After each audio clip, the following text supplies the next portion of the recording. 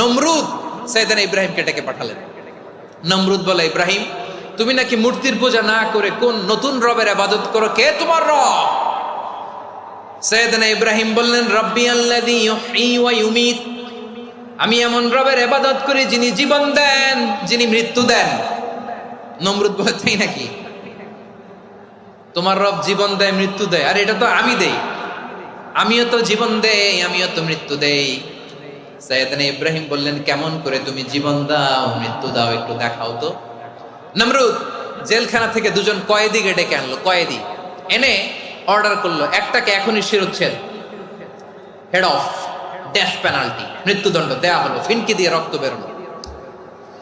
নমরুদ বলে, দেখো দুজনকে ধরে আনলাম, একজন কয়েদিকে দিলাম ডেথ পেনাল্টি, মৃত্যুদণ্ড, ওরে মৃত্যু দিলাম। আরেকজন যে দাঁড়িয়ে আছে, চাইলে ওরেও আমি মৃত্যুদণ্ড দিতে পারি, কিন্তু না, ওরে আমি দিব না, ওরে আমি বাঁচাইয়া দিলাম, ছেড়ে দিলাম, মানে জীবন দিলাম। দেখো ইব্রাহিম, তোমার চোখের সামনে একজন রে মৃত্যু দিলাম, আরেকজন রে জীবন দিলাম। আপাত দৃষ্টিতে তাই তো, একজন রে তো জীবন দিল, আরেকজন রে মৃত্যু দিল। সাইয়েদনা ইব্রাহিম এবার বিপাকে পড়ে গেলেন। কিন্তু এক একজন নবীকে আল্লাহ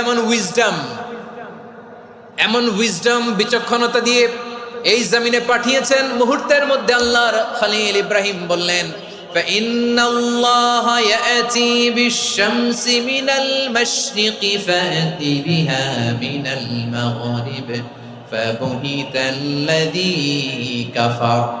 আল্লাহর খলিল ইব্রাহিম বললেন, নমরুদ বুঝলাম তুমি জীবন দাও মৃত্যু দাও দেখলাম, কিন্তু আমার রব, আমার আল্লাহ প্রতিদিন সকালবেলা উষা লগ্নে ওই পূর্ব দিগন্ত থেকে সূর্যটাকে উদিত করেন, সাঁঝের বেলা, বিকেল বেলা, কুথুরি লগ্নে, সন্ধ্যা বেলা ওই দ্বিপ্রহরের জল জলে সূর্যটাকে পশ্চিম দিগন্তে ডুবিয়ে দেন।